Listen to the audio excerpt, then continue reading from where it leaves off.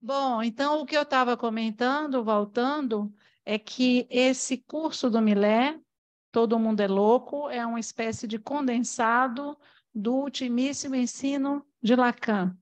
O fundamental é que a gente possa ler as aulas, né? Escutar os colegas se perguntando o que quer dizer o louco nessa frase, todo mundo é louco. Uma leitura importante na continuidade são os 4 discursos, a teoria dos 4 discursos, e uma observação muito rápida que eu queria fazer para vocês é porque na nossa revista Correio, número 65, esse texto está publicado, sendo que é importante uma observação: há um equívoco de tradução nesse texto que modifica completamente a frase. Eu já conversei com um colega que foi responsável pela tradução e, de fato, o equívoco existe. Vou falar isso para passar a palavra. Segundo parágrafo do texto, diz assim: como fazer para ensinar o que não se ensina? É daí que se tirou a frase que está nessa aula 16, como vocês verão. Foi por aí que Freud caminhou. Ele considerou que nada é apenas sonho. Não é essa a tradução. Ele considerou que tudo é sonho. Se vocês forem na aula.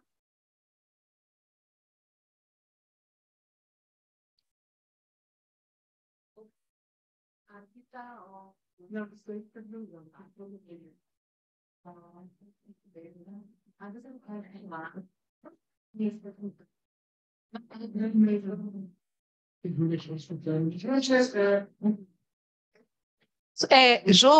Júlia, você está escutando? Júlia Jones?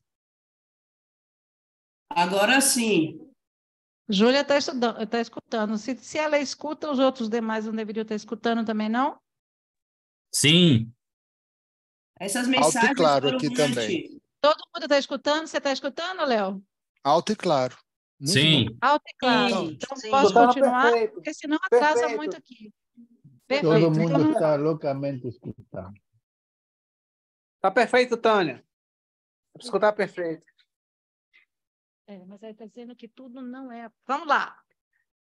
Veja bem, o que eu estou chamando a atenção é um equívoco de tradução que é importante vocês saberem, que muda o entendimento da frase.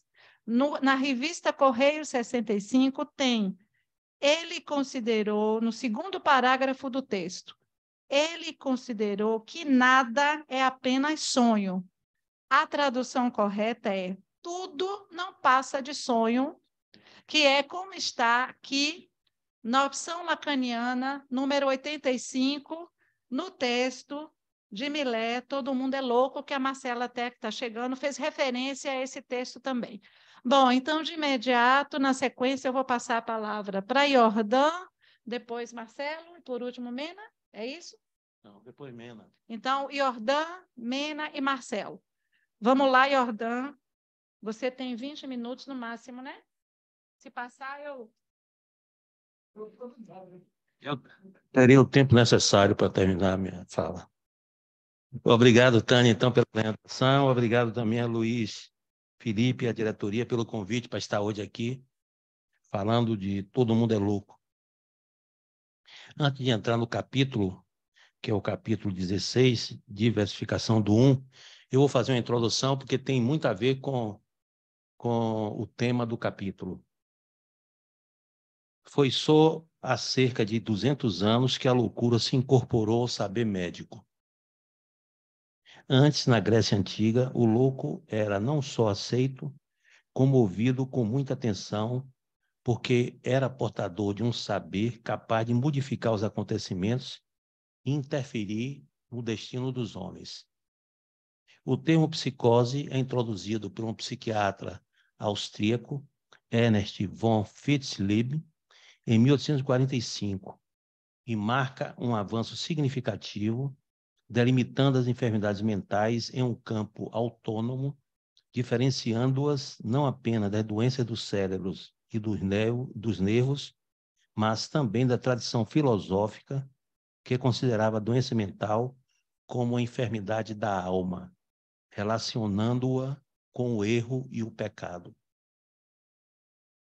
Lacan não hesitou em usar o termo loucura, e pelo menos em 3 oportunidades, em 2 momentos do seu ensino, se refere à loucura como própria ao humano. A primeira oportunidade, ele diz assim, em formulações sobre a causalidade psíquica: o fenômeno da loucura não é separável do problema da significação para o ser em geral, isto é, da linguagem para o homem. A segunda, também nesse texto sobre a causalidade psíquica, ele diz assim: há a fórmula geral da loucura que diz se aplicar a qualquer uma das fases pelas quais se realiza mais ou menos em cada destino o desenvolvimento dialético do ser humano.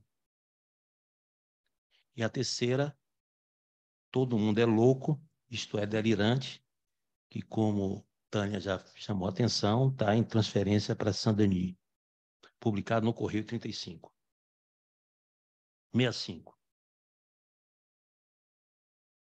Lacan sustentava a hipótese de que a loucura é inteiramente vivida dentro do campo do sentido. A psicose é um fato de pensamento, defendendo a ideia que o homem recebe suas determinações do exterior, pois está alienado à linguagem. Esta é a condição lacaniana para considerarmos o sujeito e a loucura como ultrapassando o conceito psiquiátrico, podendo aparecer na neurose, na perversão, psicose e, mais ainda, é a condição estrutural do sujeito. Distingue-se, assim, da loucura enquanto fenômeno que caracterizaria a psicose e que deve ser considerada como uma defesa contra o real. Abordar o campo das psicoses sob a égide da orientação lacaniana impõe uma leitura apurada da concepção da loucura, que atravessa 2 períodos distintos, que vai dos anos 50 aos anos 70, e compreender a clínica sob 2 perspectivas diferentes, mas não excludentes: a clínica estrutural e a clínica borromeana. São abordagens que podem ser lidas a partir de 2 sentenças emblemáticas. Uma, aparentemente mais aleatória e privada: não é louco quem quer, mas quem pode. E outra aponta para a estrutura e, em consequência, à causalidade significante, limitada à foraclusão do nome do pai. E a segunda, todo mundo é louco, ou seja, delirante, que problematiza o conceito de normalidade, questiona a possibilidade de cura e abre o campo para outras expressões sintomáticas a partir da foraclusão generalizada. Até aqui eu usei da introdução que eu faço ao capítulo 14 do livro O Campuniano. Neste capítulo 16 do curso de Millet, Todo Mundo é Louco, ele aborda sua experiência em Quebec em 2 partes. Essa experiência ele teve em maio de 2008. A primeira parte, que ele intitula É o acento quebequense, sobre a questão da pronúncia francesa deles, e a segunda, que ele chama de o 388, né? o 388, sobre o tratamento da psicose realizada por psiquiatras do campo freudiano, em Quebec. Estas experiências são exemplos da diversificação do que se passa a integrar o múltiplo. E este será o tema de Luiz Mena logo a seguir. A terceira parte, 2 posições sobre a psicose, Millet detalha a sua concepção do delírio desde as 2 posições de Lacan. Uma que trata da relação do sujeito com a verdade, e nesse sentido se deduz eu também sou delirante, e a outra sobre o real da doença mental, que não se trata de uma aparência, não se trata de um dizer. E esta parte será o tema a ser desenvolvido por Marcelo Magnelli. Então, O contexto do surgimento da frase "todo mundo é louco", isto é, delirante, remete a um pequeno texto de 10 de outubro de 1978, que traz um complemento entre parênteses, que é o seguinte: todo mundo, entre parênteses, se tal expressão pode ser dita, fecha o parêntese, é louco, isto é, delirante. Millet diz que esse texto é um texto acessório posterior ao Seminário 25, momento de concluir, e sequer foi incluído em outros escritos. Ele nos informa ainda que Lacan escreveu esta frase em um papel quando lhe pediu que escrevesse um texto defendendo o departamento de psicanálise de Vincennes, da Universidade de Paris 8, que estava sendo ameaçado. Neste mesmo papel, Lacan também escreveu outra frase famosa: como fazer para ensinar o que não se ensina, considerando a oposição estrutural entre o discurso analítico e o universitário. É em seguida a esta frase que Lacan fala do "todo mundo é louco" e, na sequência, complementa: é isso que se demonstra no primeiro passo rumo ao ensino. Esta frase remete a uma desconstrução do ensino. Ensinar é uma loucura, o ensino é um delírio.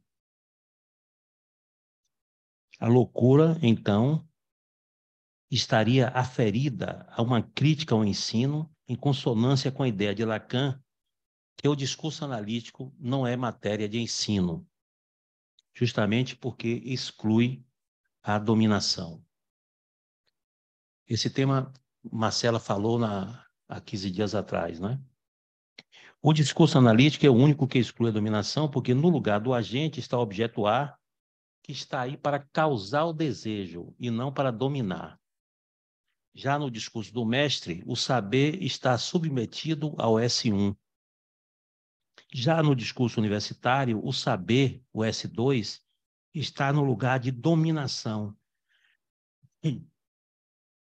E no discurso da histérica, se faz do sujeito o mestre do mestre.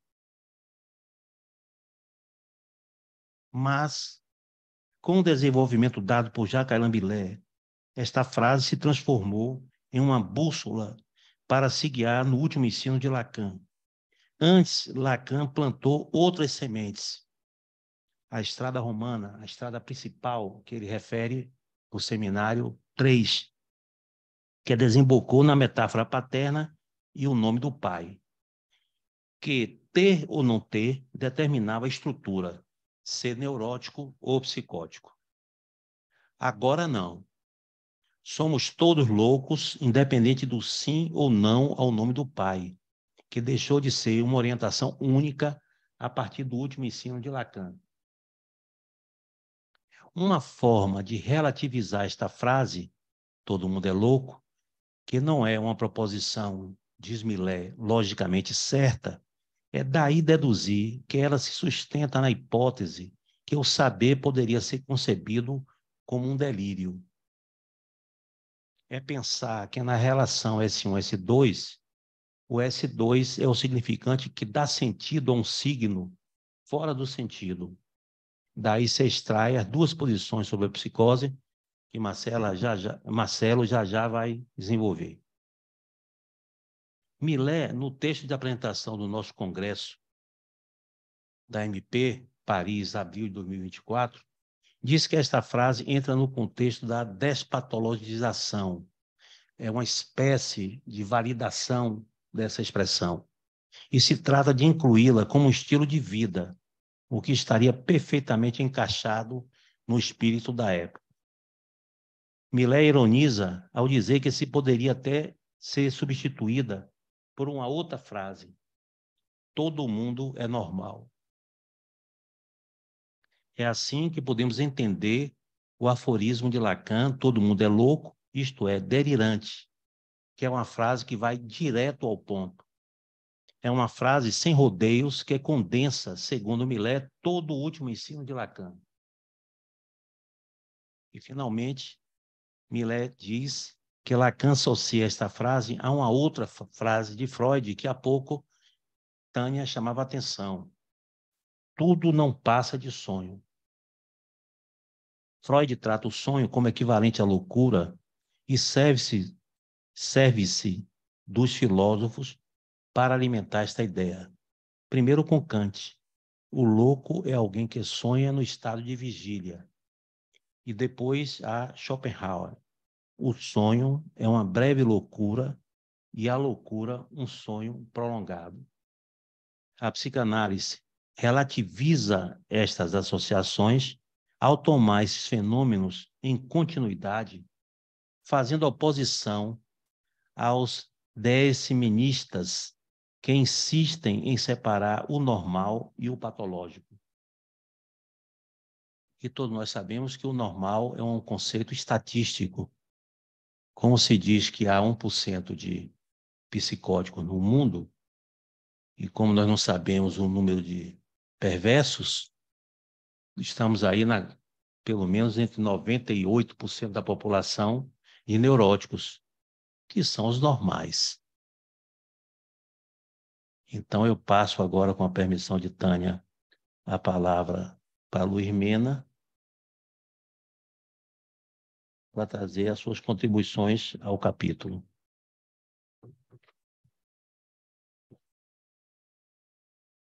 A palavra. A gente faz os comentários depois na nossa discussão. Bom, ok, obrigado. Obrigado pelo convite da diretoria também. Tem alguma coisa acontecendo ali? Aí. Imagem não está nítida. Está vendo tudo esbranquiçado. Agora melhorou. A minha parte ficou com esses dois primeiros pontos desse capítulo 16 do Todo Mundo é Louco, e esse capítulo tem como título Diversificação do Um. A questão central do capítulo, Miller coloca logo de início, é como o um se diversifica, se torna diferente, passa a integrar o campo do múltiplo. Essa questão começa com uma brincadeira de Miller, que me parece uma brincadeira com relação ao sotaque de Quebec. Ele havia ido ao Canadá com Jean-Daniel Maté, e ele relembra como o sotaque em Quebec é diferente do sotaque em Paris. Ou seja, a questão de Miller é como o francês se modificou quando ele saiu de Paris e chegou a Quebec, sendo ainda francês. Ele diz que no século XVIII falava-se em Paris da mesma maneira que se falava no Canadá, mas que a partir de 1810 começam a aparecer relatos que o acento quebequense era deplorável, e é realmente deplorável para quem conhece. Na verdade, continua Miller, não foi o acento quebequense que mudou, foi o parisiense.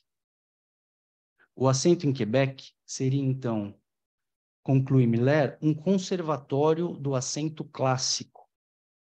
Em Paris, nos séculos 17 e 18, havia dois estilos de discurso e dois tipos de pronúncia. Uma na corte, que era em tom de conversação coloquial, e um outro tipo de pronúncia e discurso no parlamento, que exibia um discurso formal. O acento usado na corte era o mesmo acento usado pela população nas ruas, pois a corte imita o falar popular para conseguir se comunicar com as massas, enquanto o acento do parlamento é o acento da aristocracia. Com a Revolução Francesa, o que acontece? O povo toma o poder e o uso popular da língua, o acento popular, ele fica consagrado em todo o país, enquanto o acento aristocrático vai para a guilhotina. Ou seja, Miller, é interessante, Miller ele faz uma análise um pouco marxista, mostrando como a luta de classes na França determinou uma revolução não só política, mas também fonética. Mas a intenção de Miller no texto está ligada à questão, eu coloquei do lacanismo, mas eu diria mais a psicanalítica, né, da psicanálise. Como é que a psicanálise pode se desenvolver diferente em diferentes lugares, atender a outras perspectivas e desenvolvimentos, e ainda assim demonstrar sua eficácia terapêutica. Ele disse que foi a Quebec e lá visitou uma instituição chamada 388, que trata da psicose de uma maneira psicanalítica, como eles mesmos defendem. Essa instituição abriu em 1982, tem 40 anos, e está firme ainda, mesmo sofrendo ataques do Estado canadense, que tem uma forma mais pragmática, um pouco americanizada, de entender as coisas e não gosta de psicanálise. Acha que o tempo de tratamento oferecido na 388 é muito longo, que é uma média de 12 anos. Mas, mesmo assim, o Estado não consegue fechar as portas da 388 porque reconhece sua eficácia terapêutica. Diz Miller que o tratamento na 388 se realiza em 3 direções principais: a duração longa, o deixar delirar e a análise de sonhos. E como é que consiste esse tratamento? Ele consiste em escutar o delírio, mas sem interpretar, e depois de um certo tempo, eles indicam o ponto central do delírio, mostrando ao psicótico as contradições dos seus sonhos com os seus delírios, a fim de obter um efeito de apaziguamento sobre o delírio e sobre a psicose mesma. Então, todos os tratamentos na 388 seguem esse script. Diz Miller que a palavra análise talvez ela não seja precisa aqui, posto que não há interpretação, mas fazem uso do que sai dos sonhos para contradizer o delírio, ou um tipo de delírio específico, que é o delírio missionário, como chama Miller. E aí ele vai falar como é que funciona o tratamento. 3 sessões por semana, frente a frente, durante 12 anos, verifica-se uma melhora patente através de um critério específico. Volta à vida corrente. Verifica-se a satisfação dos pacientes e dos familiares quanto a esse tratamento. Jean-Daniel Maté diz que esse tipo de cura o surpreendeu por essa passagem do delírio ao que seriam formações do inconsciente, e que temos que admitir que produz um tipo de efeito direto de integração desse sujeito psicótico. Para Miller, isso seria uma variação do lacanismo, pois eles partem efetivamente de orientações de Lacan e pensam fazê-las avançar, o que nós também temos que fazer de todas as maneiras, posto que Lacan falou do tratamento possível das psicoses. Essa da 388 não é a nossa orientação, mas isso não significa que tenhamos que ignorar o tipo de resultados que obtém. O trio fundador da instituição se mantém de pé. Estão próximos a Miller há 20 anos já. Nunca afloraram, mas mesmo assim impõem respeito quanto ao que defendem. Digamos que conseguem uma interessante metáfora delirante, servindo-se dos sonhos e das associações dos sonhos como metáfora do delírio, para fazer passar o delírio inicial a um segundo plano, para que, de alguma forma, a sua missão seja substituída pela missão inicial do psicótico. É como se o psicótico entrasse com um delírio missionário, e esse delírio missionário, essa missão inicial é substituída por uma outra missão, que é apresentada pela 388.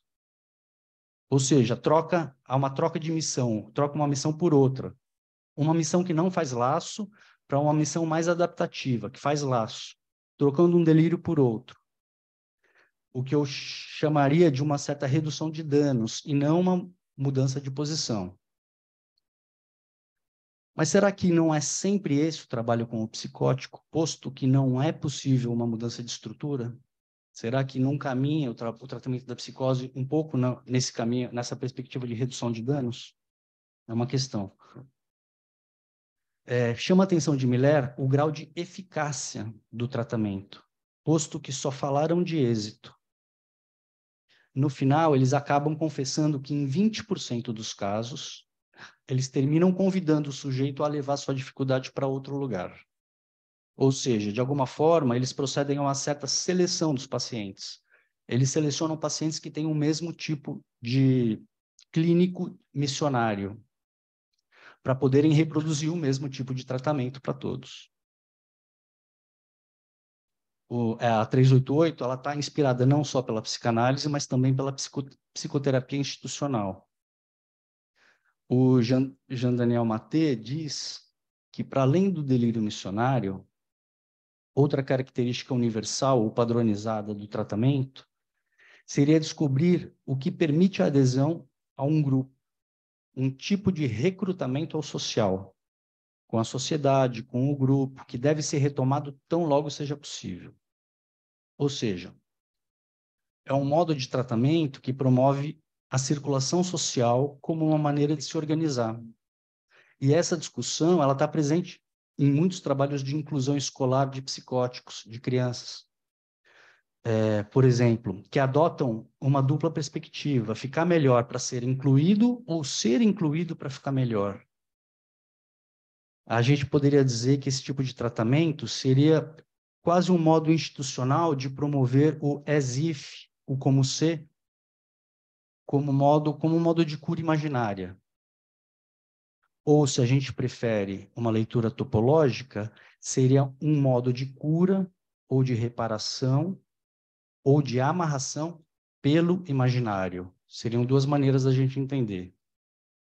Um tratamento imaginário ou um tratamento cuja amarração é pelo imaginário. Esse é o modo principal no qual os CAPs funcionam no Brasil, através da reinserção do sujeito desenraizado no social novamente, porque a circulação promoveria uma forma de tratamento ou uma forma de aparelhamento do gozo que está desaparelhado. Miller ele continua dizendo, a gente poderia duvidar dos efeitos terapêuticos obtidos pela 388, se não fosse pelo fato de que vários avaliadores contrários ao trabalho foram obrigados a reconhecer sua eficácia. Nesse sentido, diz Miller, a diversificação do lacanismo é um dos caminhos do futuro. Nós também criamos nosso CPCT, que foi uma prática original, diversa. Aí eu vou trazer agora, antes de passar a palavra para o Marcelo, uma palestra que Marcelo achou na internet, da 388, eles apresentando o próprio trabalho, que eu achei muito interessante e que corrobora com essa análise que o Miller e o Jean Daniel Maté fazem. É um TEDx que aconteceu em Montreal em 2012.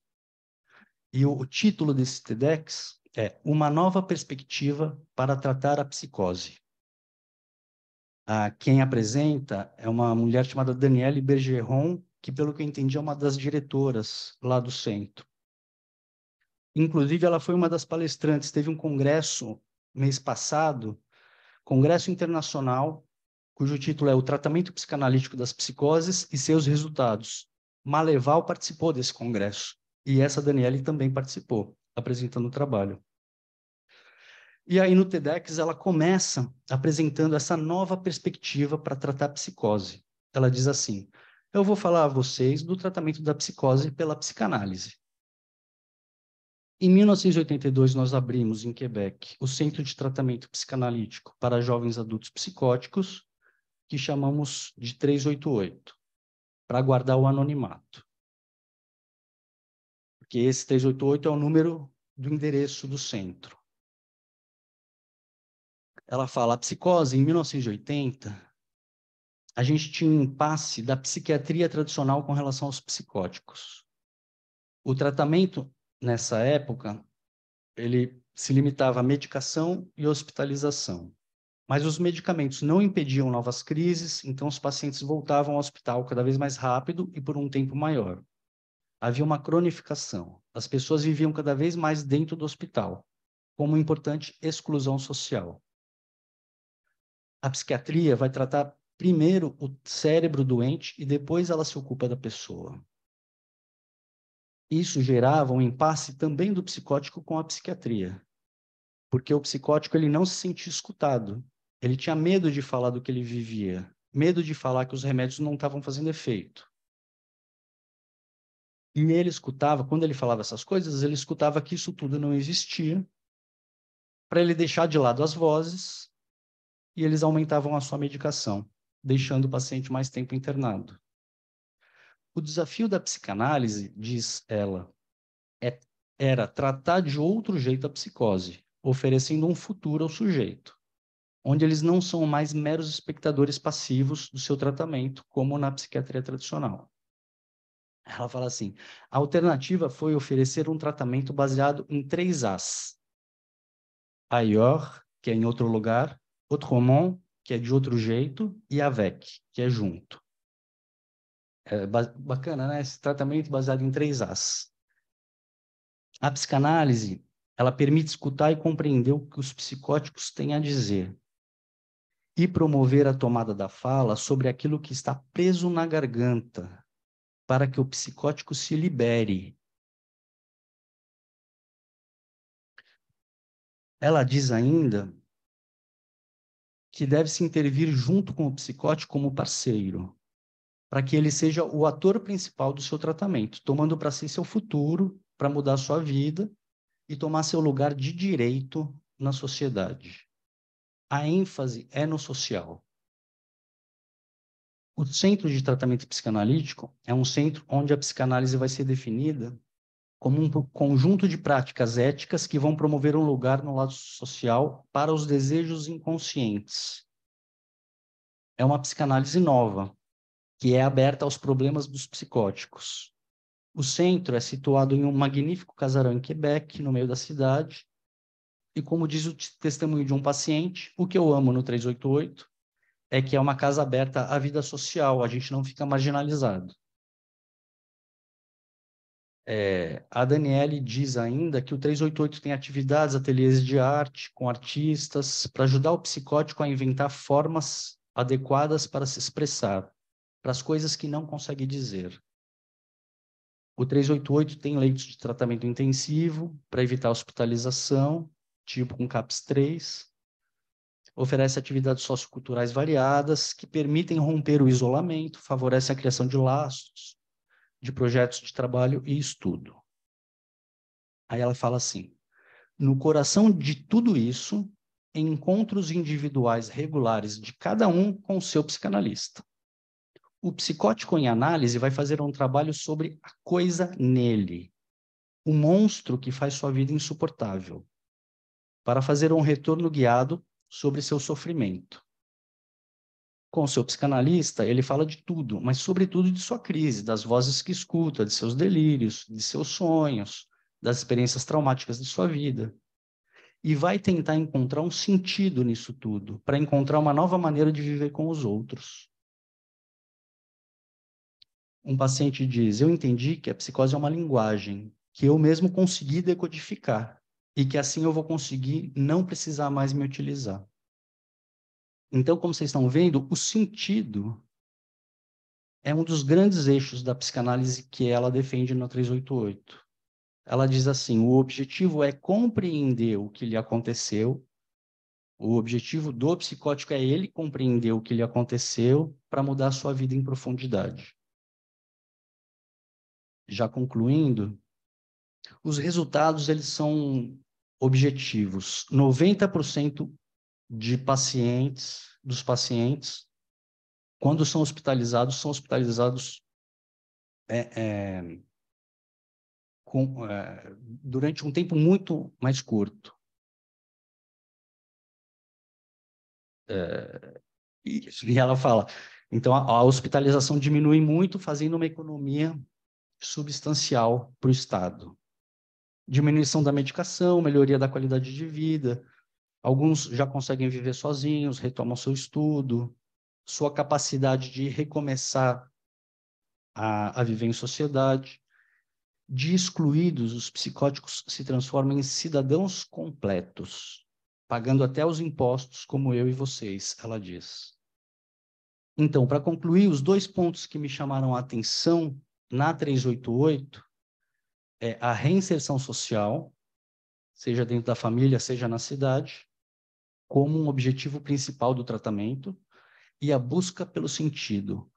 Talvez a gente possa dizer que a busca pelo sentido seria a maneira pela qual a instituição consegue retomar o laço social. Me pareceu que esse é o caminho. É através do sentido, dando sentido ao delírio, dando sentido ao sonho, o psicótico conseguiria retomar o laço social. Enfim, vou passar para Marcelo agora. Isso. Obrigado, Mena. Excelente trabalho, né? A gente não conhecia esse 388. Marcelo, então, agora com a terceira parte. Vamos lá, Marcelo. Exatamente. Bom, seria a parte que fala sobre 2 posições sobre a psicose, mas aí quando estive lendo o capítulo, me interessou tentar sacar algumas coisas da lição e tentar articular um pouco. Então, uma primeira coisa que me pareceu importante é a estrutura mínima que permite passar do 1 ao múltiplo. Essa estrutura matênica, né? Digamos, como o Millet apresenta nessa aula.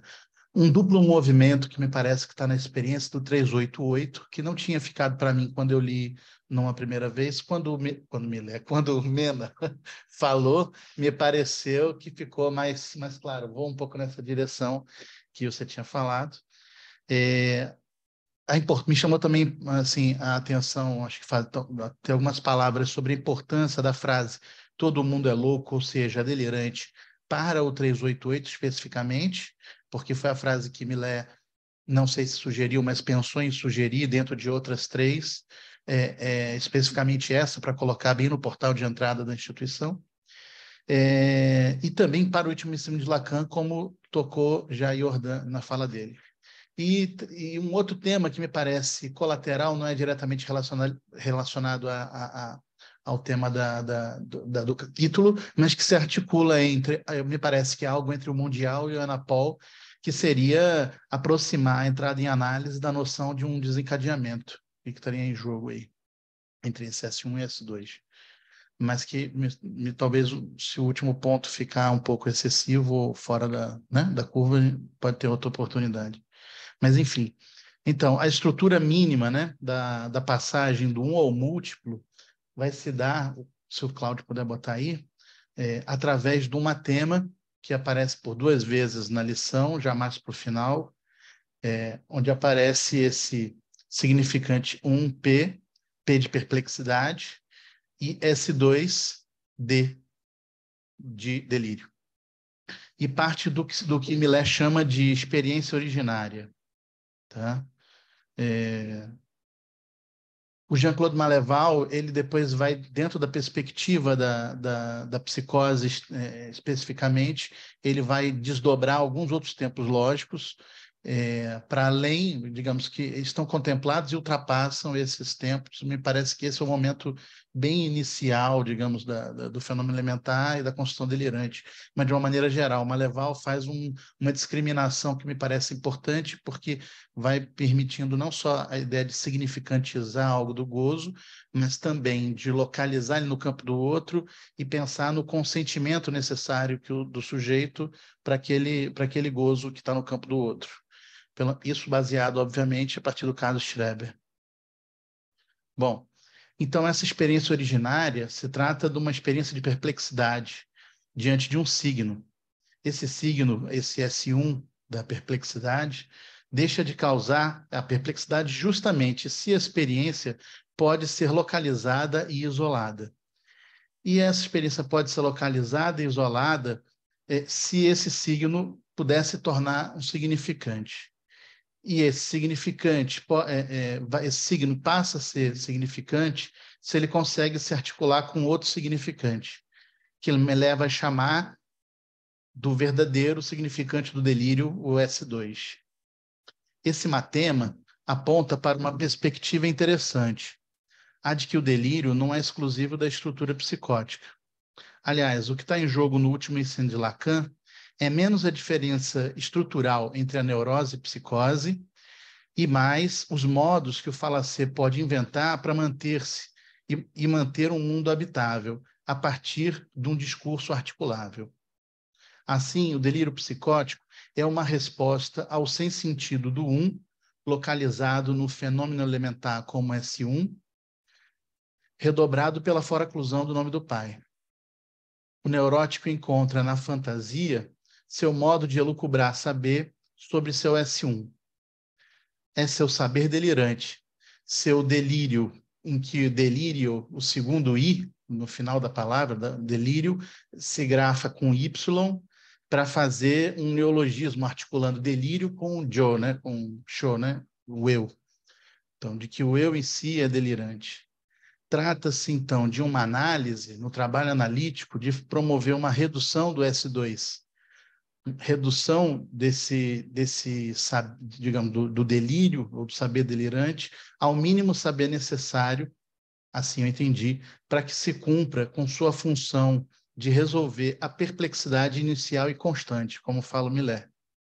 Ou seja, o trabalho analítico tem um sentido semantofóbico, como Miller fala em psicanálise pura, psicanálise aplicada e psicoterapia, independente da estrutura ser neurótica ou psicótica. Entendo que essa derrubada, digamos, né, que Miller fala, que é ilustrada por Miller, quando ele se refere ao delírio como biombo, nessa lição, a partir do caso Aimé. A sua solução delirante de Aimé permitiu que se respondesse ao S1 com uma construção delirante, armando um campo de realidade paranoica, aonde a paranoia articula a relação à linha. Se o Cláudio puder botar, tem um outro tema que está na Invenção do Delírio, que é um texto de Miller que está, acredito que 3 anos antes desse seminário. Publicado na opção lacaniana também, só não me lembro o número. Na opção lacaniana também, né? A opção lacaniana online, né? Acho que foi de onde eu peguei, exatamente. Online. Então está disponível na internet. Português. Então, digamos, se no S1 está velando o S0, lembrei de Fátima do S0. Do outro lado, digamos assim, a montagem paranoica é entre A e a linha, poder fazer uma construção tendo uma montagem. Esses são matemas do Miller nesse texto. Então, após a passagem ao ato, há uma perda de gozo que permite o desmonte da articulação da cena delirante desse triângulo, abrindo espaço a soluções que se mostrem menos reiteráveis, que não precise recorrer necessariamente de modo tão intenso. E eu acho que no 388 também acaba acontecendo algo assim, né? Parece-me que é isso que Lacan descreve nesse texto de nossos antecedentes, onde ele faz a citação sobre biombo, que está nesse texto, que está também na Invenção do Delírio. E que na tradução em português, de biombo, eles traduziram como anteparo. Então, ele diz o seguinte, Lacan, né? No nosso caso, no caso da nossa tese, do caso Aimé, o efeito como que de insuflação que em nosso sujeito dará à luz esse anteparo, esse biombo, a que chamamos delírio, a partir do momento em que sua mão tocou com uma agressão não inofensiva da passagem ao ato, né? Uma das imagens do seu teatro, duplamente fictícia para ela por ser a da atriz na realidade, reduplicou a conjugação de seu espaço poético com uma escansão abissal. Então, também para um neurótico em análise, uma das etapas, mas não seu final, apontam para a travessia da fantasia, aonde o analisante constrói, para desconstruir, as coordenadas de seu saber delirante, para se defender do vazio de significação central. Ponto esse, de vazio de significação central, que, no entanto, é excessivo de gozo. Parece-me que é referente a essa direção, contrária ao delirar, que Miller faz uma observação acerca da experiência do 388. Ele diz assim: pretendemos apagar ou acomodar o delírio, reiterando, então, aquela direção que nós falávamos, né, de redução do delírio. Pretendemos apagar ou acomodar o delírio, mas nunca nutri-lo. E um pouquinho mais à frente, 2 linhas à frente, ele fala, digo de passagem, eles, o pessoal do 388, fazem exatamente o contrário. Assim eu interpretei a frase, né? Não está tão claro ali diretamente. É nesse momento, inclusive, que Millet irá justificar por que utilizar a frase de Lacan, que todos somos delirantes.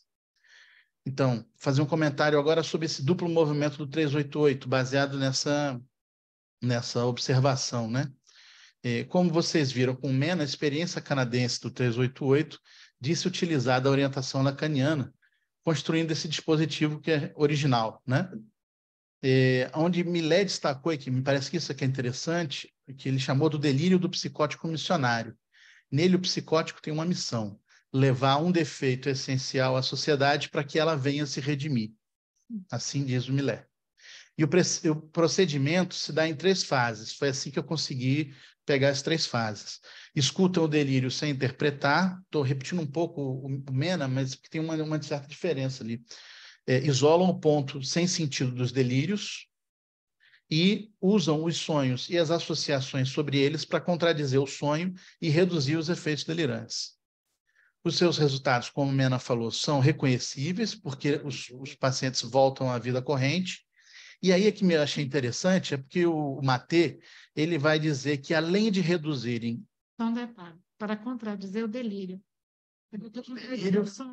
O sonho. Para contradizer o delírio e reduzir... Exatamente. E eu acabei falando errado também, então aqui, né? Não, você só fez dizer que contradizer o sonho, não é o sonho, contradizer o delírio. Delírio, sim, exato. Então,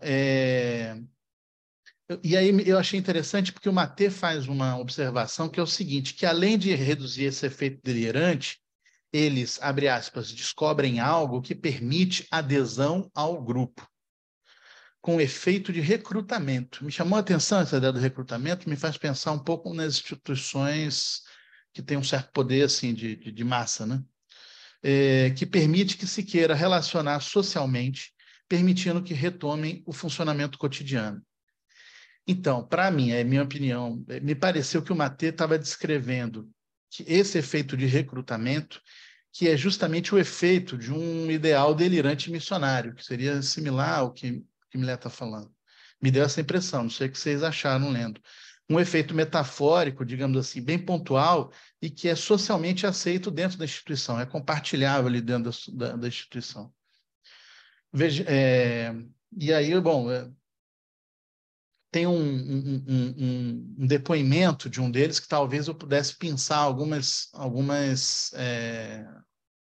observações, o depoimento de uma pessoa que passou pelo 388.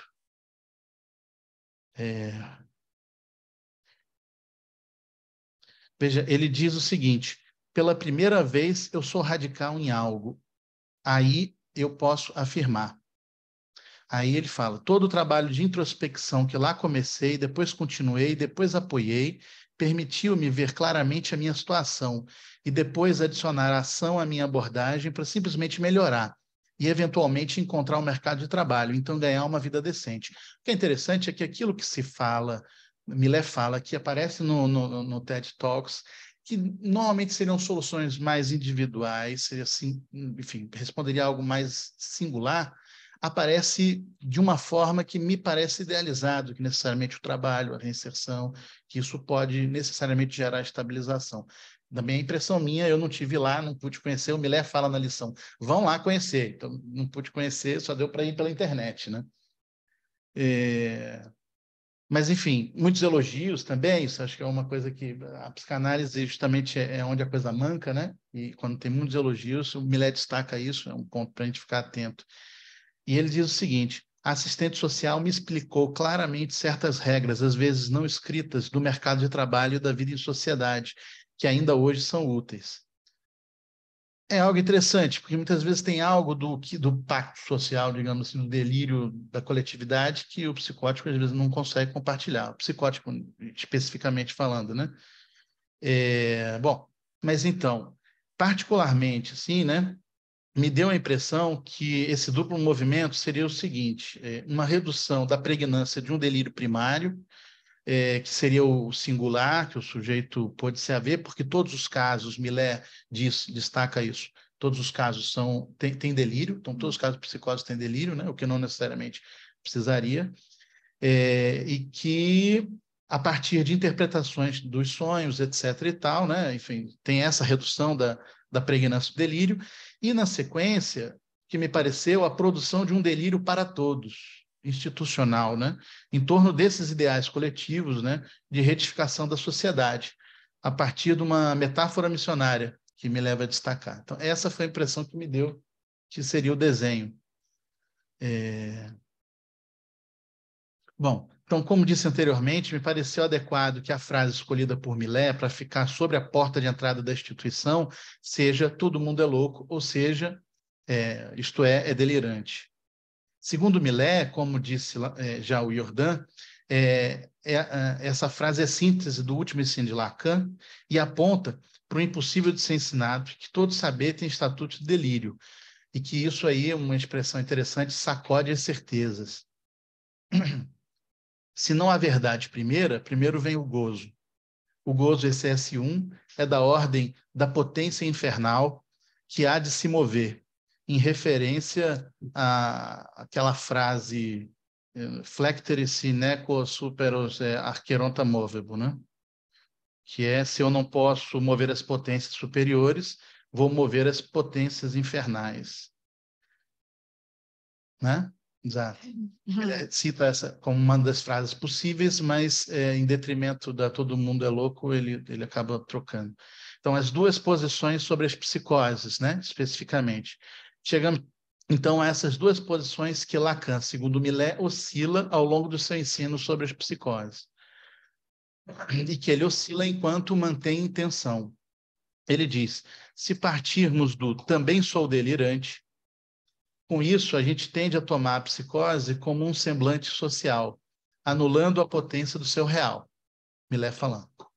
Esse é um dos efeitos, aí o que me pareceu quando li, né, trago para pensar, tentar articular algo, me pareceu que esse é um dos efeitos da antipsiquiatria, que no Brasil anima ainda o discurso da antimanicomial, e que pode tentar chegar à redução da psicose a um discurso político e de poder.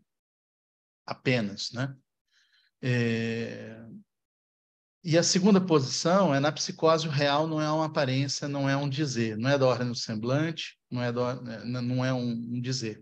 Ao levarmos isso em sua radicalidade, tornamos-nos o que Miller diz ser um clínico. E isso não é um mérito, porque tira o que há de mais valioso na psicose.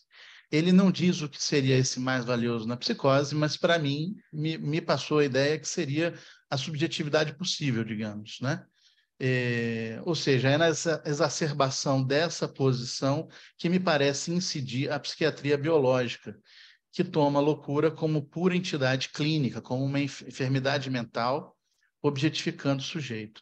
Por isso, inclusive, Lacan não usou o termo psicose na sua frase, todos, né? Ele não diz "somos todos psicóticos", né? Mas sim "somos todos loucos". Miller faz um comentário sobre isso, não sei se nessa lição ou na lição seguinte. É preciso inventar modos de se manter a tensão constante entre essas duas posições, sobretudo em instituições, onde os campos de força se ampliam e complexificam. O lugar de intimidade do analista numa equipe institucional pode ser um modo de pensar nessa manutenção de tensão entre as duas posições? Destaco aqui, pensando nessa pergunta que faço, que Millet aponta por duas vezes que os analistas dos pacientes do 388, eles participam das reuniões de equipe, mas eles não falam sobre o que é dito em sessão analítica, né? Me parece algo que é interessante, se isso pode ser pensado como algo da intimidade também em relação à equipe, né? Bom, esse seria mais ou menos o conteúdo do capítulo, né? Especificamente. Você quer fazer um comentário da ponte que você fez com a Ana Paula, em alguns minutinhos? Sim. Já que você trabalhou, né? Vamos valorizar o trabalho que ele fez. O que me pareceu interessante, por esse texto de referência para o Enapol, texto de orientação, como se inicia as análises, né? O texto italiano, me chama a atenção, e estou num cartel também falando sobre isso, o início do tratamento, E uma coisa que me chamou a atenção, que é o meu interesse na pesquisa, é justamente sobre o significado da transferência. Está bem no iniciozinho, mas é algo que me chama a atenção, porque pelo que eu vi em Lacan, também em Millet, e também descobri até um texto de Bernardino, de 2010, que ele apresentou numa jornada aqui, por um acaso na internet, reiterando algo desse significante da transferência, como algo da ordem do S1, que não é necessariamente o 1, mas que parece que guarda uma íntima relação com esse S1.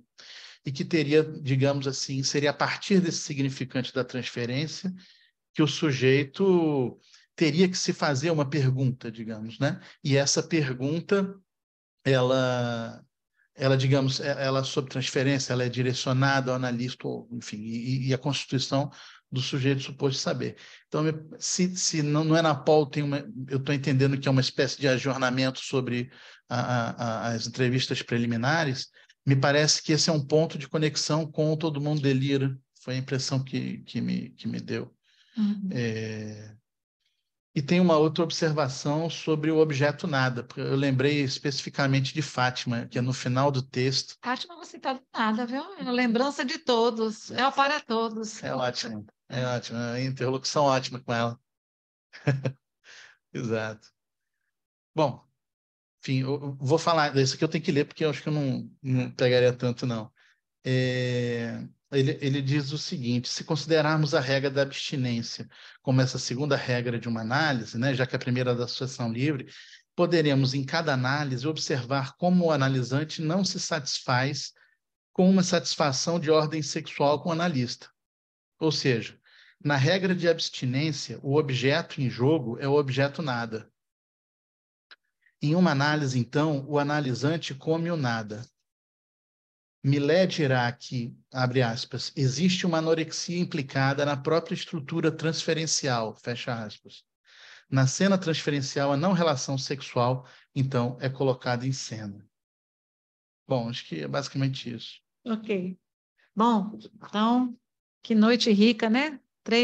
O texto foi como é que se fala em medicina dissecado, né? Sim, vocês partiram do texto, e Jordan fez uma leitura, né, que aponta o que eu comecei dizendo quando abri a mesa, a importância de se ler essa lição em combo, a 16, 17 e 18, né? O Marcelo traz uma coisa importante, o Luiz traz uma coisa importante, que é nos apresentar a experiência do 388, mas o seu trabalho também de dizer, não é a nossa psicanálise de orientação lacaniana, mas não deixa de ser psicanálise por isso. Né? Porque, como você trouxe, é um modo diferenciado de lidar com o delírio. Né? Então, acho que essa aula inicia uma coisa importante, que é a gente trabalhar o real no ensino e o real na psicose. Né? Uma forma de entender, né, o que é uma forma de se ler essa frase também. Bom, então, para começar a nossa discussão, eu apresentei um trabalho com o pessoal da Paris 8, e a colega de lá, Aurélie, aquele nome difícil, Forvadel, né, o nome dela, me fez uma pergunta muito interessante que eu queria compartilhar com vocês, porque tem a ver com a questão do despatologizar. Então, nós trabalhamos para despatologizar a sociedade quando a gente lutou contra as etiquetas, né? TA, né? O TEA, o TOD, o TOC, o TDAH. Nós trabalhamos contra isso. Ou seja, o sujeito, não tem que tombar sobre esses significantes. E agora, a gente vê, com essa aula do Millet, como o Jordan trouxe, quando ele diz, não vamos despatologizar e tomar tudo como modo de vida, como estilo de vida. Então, primeiro, trabalhamos para despatologizar, e agora para não despatologizar. Eu dei a minha resposta, mas eu queria deixar essa questão aqui, porque me parece uma questão interessante, importante, né, frente à aula de Millet no Opção Lacaniana. Né? A aula não, a conferência onde ele lançou o tema para o nosso congresso de 2024. Bom, então, está franqueada a palavra aí. Então, vamos lá. A questão é, quando a gente estava trabalhando a questão das etiquetas, sobretudo no CIEM, lembra, Fátima? Que Fátima de novo. A gente trabalhou né, que é contra a ideia das etiquetas, né? Então, em defesa do par lettre, né? O nome do sujeito, nome e ação, e não TDAH, TOC, TOD e coisa e tal.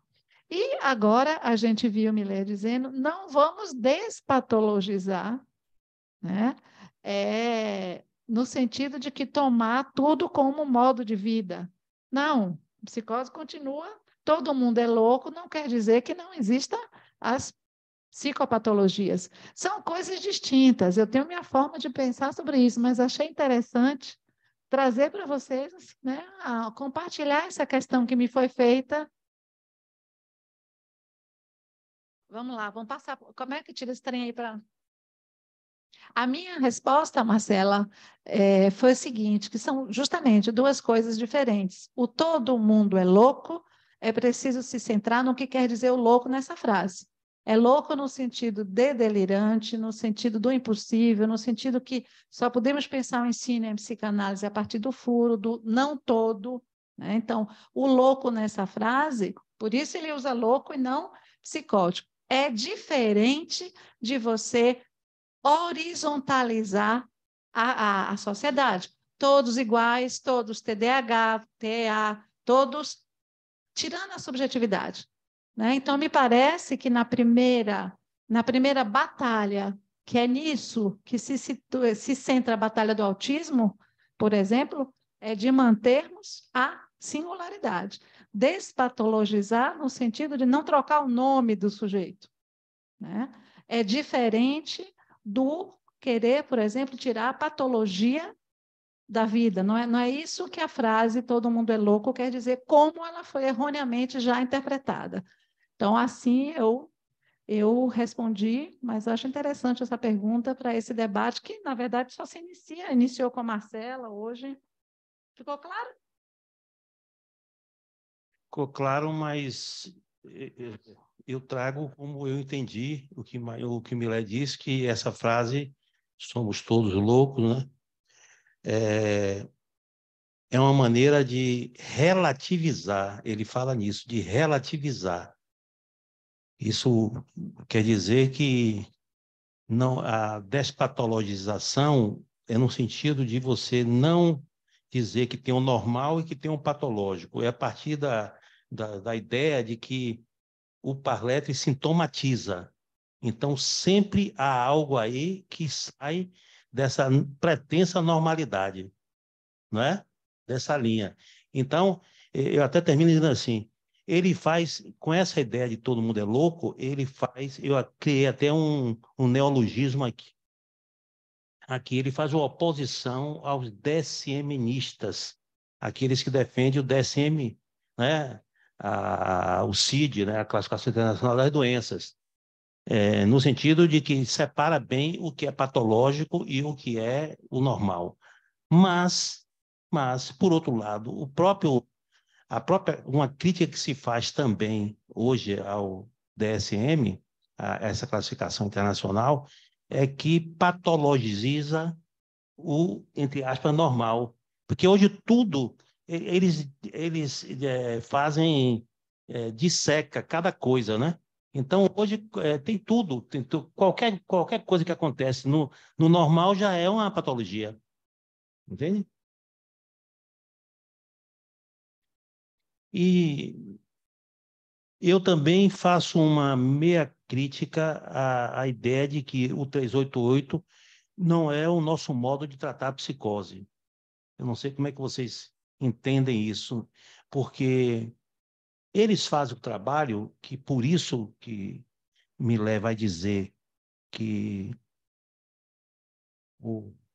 a maneira de se tratar, que nós temos que sair dessa particularidade nossa lacaniana para ir em frente ao futuro, quer dizer, e trazer isso para outras experiências, sair do uno para o múltiplo de outras experiências, e Millet reconhece a experiência deles, apesar de dizer que não é um modo tão exato. Mas o que é que pode ser visto como lacaniano? Primeiro, é você dar a palavra ao louco. Essa é a primeira coisa importante, é que você possibilita isso. Escutá-lo é você dar a palavra, é colocar o sujeito, o psicótico, na posição de sujeito. É aquele quem fala. Depois, é interessante o que Jean Daniel Maté chama a atenção, que isso me pareceu novidoso para nós. Sair do delírio para as formações do inconsciente.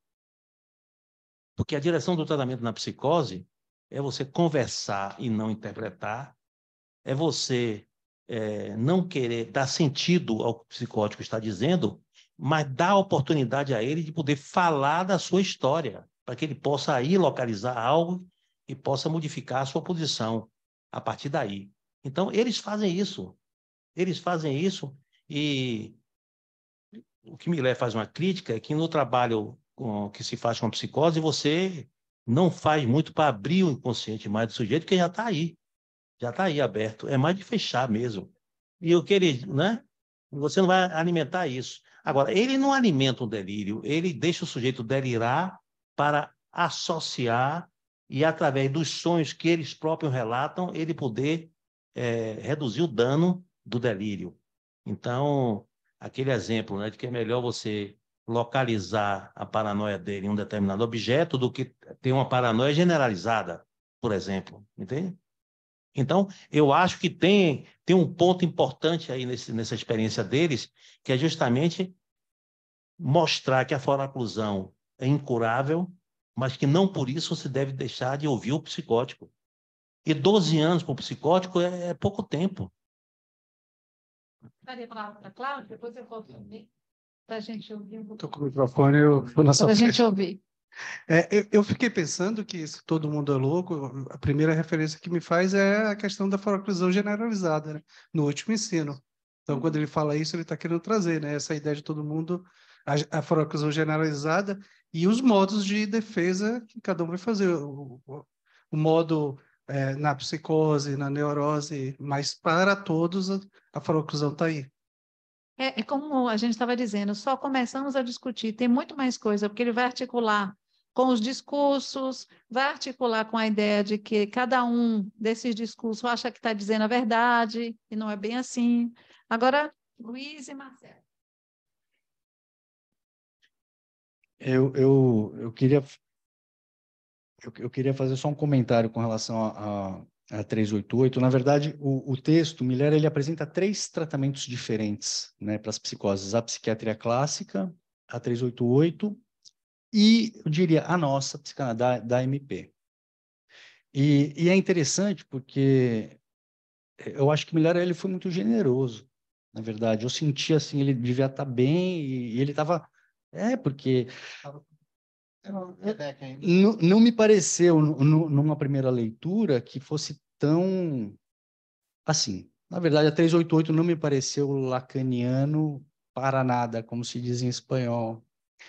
Me parece que a 388 é mais freudiana. Por quê? Porque é freudiana num sentido específico.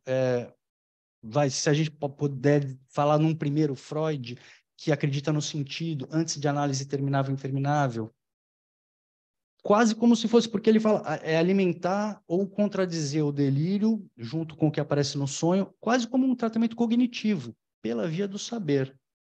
E aí é interessante, porque esse texto do Miller tem 2 partes principais. Ele apresenta a 388 e ele fala depois que todo saber tem estatuto de delírio. Então é quase como se fosse uma crítica a 388, falando, pelo caminho do sentido, a gente vai encontrar o furo. A gente não vai muito longe. Pois é. Por isso que eu acho que tem a tensão. Eu tentei... A minha intenção, o que eu pensei é que justamente essas 2 posições são irreconciliáveis. Não dá para se optar por uma e eliminar a outra. Então, digamos, pela saída de uma psicologia, uma psiquiatria institucional, por algo que gera, de certo modo, algum tipo de identidade, de identificação, na verdade, né? Para o paciente, porque foi isso. O que me chamou a atenção talvez tenha sido o que e aí, de novo, eu não conheço, né, Nerda? E assim, a impressão que me deu é que tem algo aqui no 388 que talvez pudesse sofrer as mesmas críticas, talvez por motivos diferentes, que Millet criticou o CPCT, porque nessa época, inclusive, tinha o CPCT, né? Exatamente. Então, ele ainda não talvez tivesse que dar uma volta mais. Eu lembro que uma das críticas ao CPCT, tiveram várias, mas uma delas foi de que, assim, que pudesse manter a instituição tão leve quanto possível. Justamente para que a singularidade, digamos assim, cada caso pudesse aparecer sem necessidade de se tentar gerar algum tipo de identificação. Na 388, me parece que ela não é tão leve quanto possível. Tem um ideal ali que gira, não é? E que me parece que tenta colar depois um trabalho que me parece interessante de redução da produção delirante. Mas tem um certo ideal, olha, nós temos que trabalhar, nós temos que entrar nós temos que fazer assim, tem algo isso, militante, missionário, né? Como falou melhor.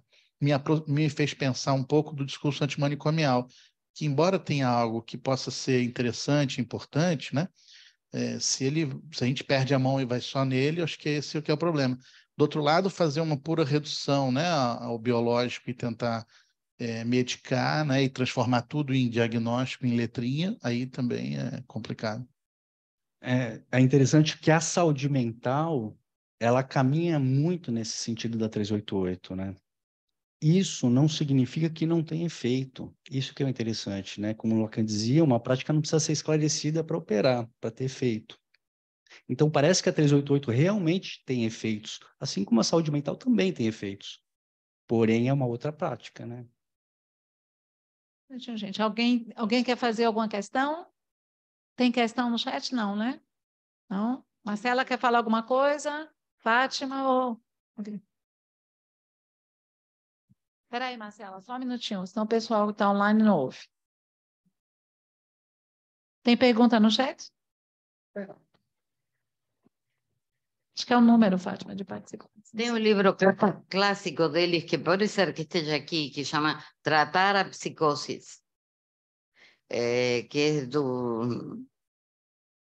deve ser 1990 e algo, me lembro que era editora Polemos, que se estudava na faculdade obrigatoriamente. Você lembra de Bergeron, Apollon, que como chamam, praticamente igual, soa igual, era uma dupla. E saíram na ruptura do campo freudiano. Certo? Apollon é haitiano. Mas ele está dizendo que ele está com... Foi aluno de Lacan, aluno presencial de Lacan, e depois foi aluno de Deleuze. E ele praticava algo que se chamava na época etnopsicanálise. Então, dessa tradição que vem o 388. Miller falou sábado também, resgatando psicoterapias que producen efeitos, obviamente, no vamos a pensar que somos os únicos que producimos efeitos. A mí me parece que uma chave, talvez seja isso que diz Éric Laurent, que a gente não quer etiquetar ninguém, mas a gente usa as classes. Só que usa as classes não para criar taxonomia, sino para o uso off-label, diz Éric Laurent. Então, talvez tenhamos que ler Estilos de Vida, de Éric Laurent, que é um texto muito antigo.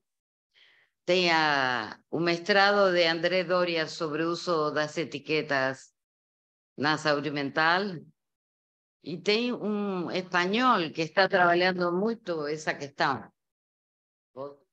Ele está falando do estigma à etiqueta e de etiqueta ao off-label, que é bem legal, chama José Ramón Ubieto, depois o man. Não, da Escola de Barcelona. Barcelona. Marcela, eu só fiquei com uma dúvida, interessantíssimas as suas indicações. Agora, o Millet fala no texto, que é de 2008, que eles estão acompanhando ele até 2008. Como a ruptura foi 99, né? 2000, eu fiquei com essa dúvida, se eles tinham ido para o fórum, né? Ou se, porque o Millet disse que eles estão acompanhando ele. E um outro comentário, passo já para você responder, um outro comentário interessante, quando a gente fez um levantamento na Batalha do Autismo, os números que vêm do Canadá são impressionantes, a verdadeira luta, guerra que eles têm contra a psicanálise. Né? Eu acho que esse texto do Millet, essa aula do Millet, é muito política também. Tanto quando ele fala da língua, da Revolução Francesa, do francês que foi misturado. Então, o que perdeu a originalidade foi Paris, não foi lá. Né? E essa questão do Canadá, né? De como eles são radicalmente, os números são absurdos, né? Contra a psicanálise lá. Então, fica essa questão, se você souber responder, Jordan quer falar? Eu acho que Millet não daria mais de 1 hora do seminário dele para falar de uma experiência que não tivesse nada a ver com a psicanálise, não é? Eu lhe digo, eu já tinha lido isso, eu já sabia dessa experiência, e realmente eu trabalho muito com psicose, eu acho fantástico você ter uma experiência dessa ordem, entende? E essa determinação de fazer assim, de escutar. Por exemplo, eu acho que Marcelo faz uma comparação em determinado momento, é o Luiz, né? Com os CAPs daqui, etc. A grande diferença é que tem atendimento individual com psicanalista. Essa é a grande diferença, é você não impor rotinas de terapia ocupacional para o sujeito fazer flor, fazer papel machê, entende? É colocar artistas realmente lá dentro para poder discutir com eles, combinar e tudo. O outro lado é que não me parece que ele enxerta um sentido. Ele deixa o sujeito falar. Não, se ele diz que não interpreta, não tem a ver com você dar sentido ao que o psicótico está dizendo. Ele pega a própria produção do psicótico no sonho para tentar colocar dialetizar com o delírio deles. E ameniza, porque o sujeito é uma espécie de, entre aspas, assim, de acting out que o sujeito faz, como a Aimee faz, né? A partir daí ela elabora algo de outra ordem e o delírio se esvanece, entende? Agora, eu queria, Marcelo, Marcelo não, Cláudio, a gente coloca um videozinho rápido que Marcela passou para mim, que eu achei interessante, como que nós podemos pensar no Todo Mundo é Louco a partir da leitura de quem está nas ruas. E para dizer que a psicanálise está, com essa frase, a psicanálise está de acordo com a atualidade, up to date, não é? E aquela menina, Marcela, que você mandou para mim, eu achei interessante. Eu digo, eu tenho que mostrar isso, porque é uma leitura melhor do que a nossa aqui, de todos nós, do que é o Todo Mundo é Louco, né? Coloca aí. É jovem, é? Tá para terminar, então? Tá sem som.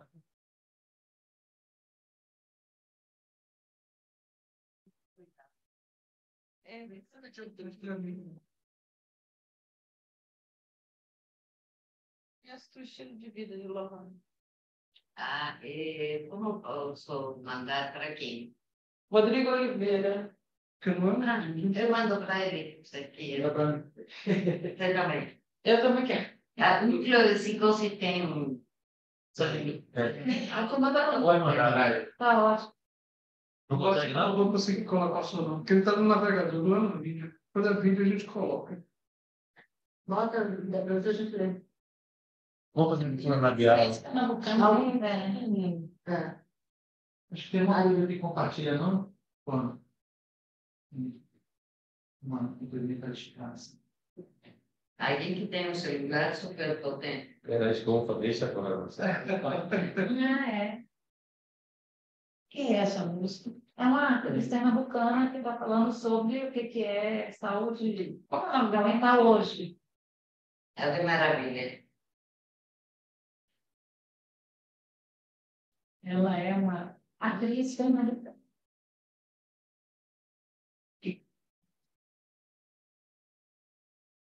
Não,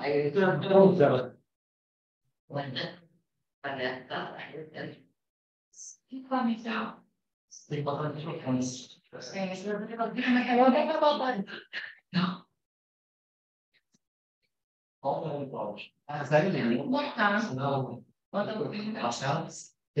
Coloquei o pessoal. Não, mas aqui. É claro, eu consegui fazer Qual o vídeo? Começa o vídeo, gente.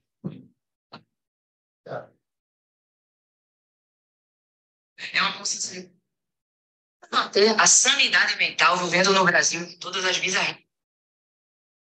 Você quer que... Você quer que...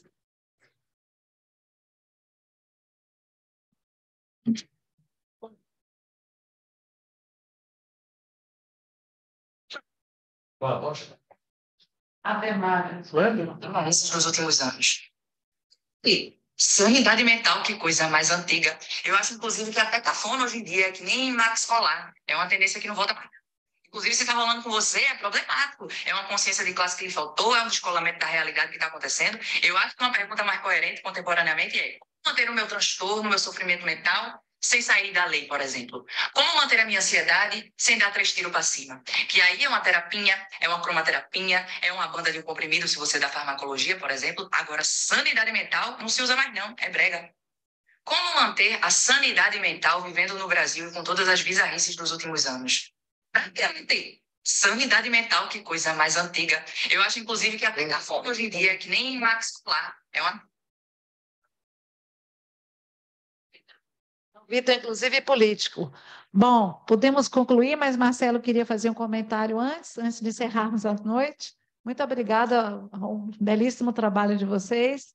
Marcela, você então passa para o núcleo de psicose, eles põem no drive, e quem...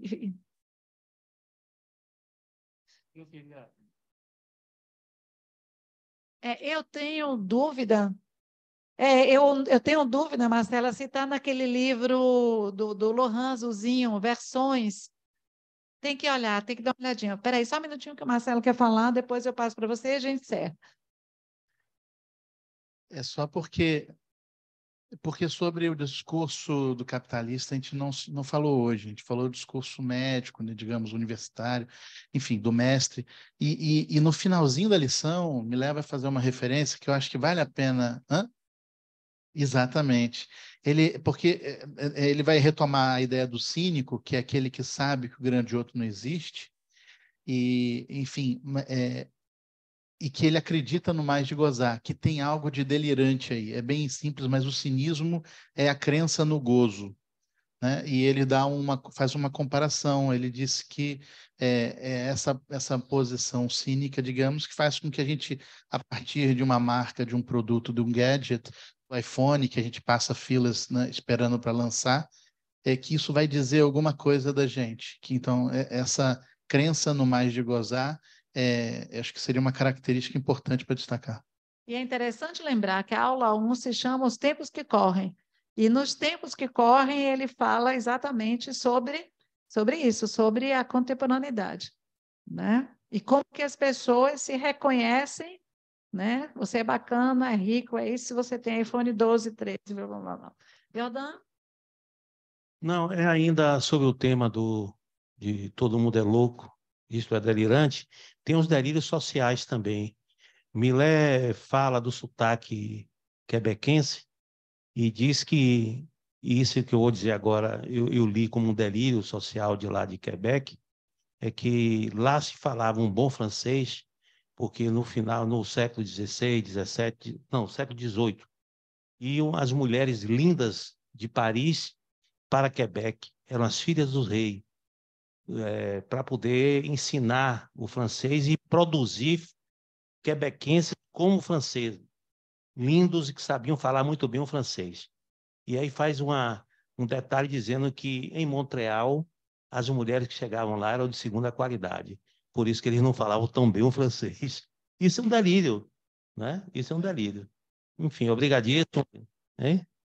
Isso que eu chamei que a aula era política, né? Porque tem uma questão política também nisso aí. Bom, até a próxima.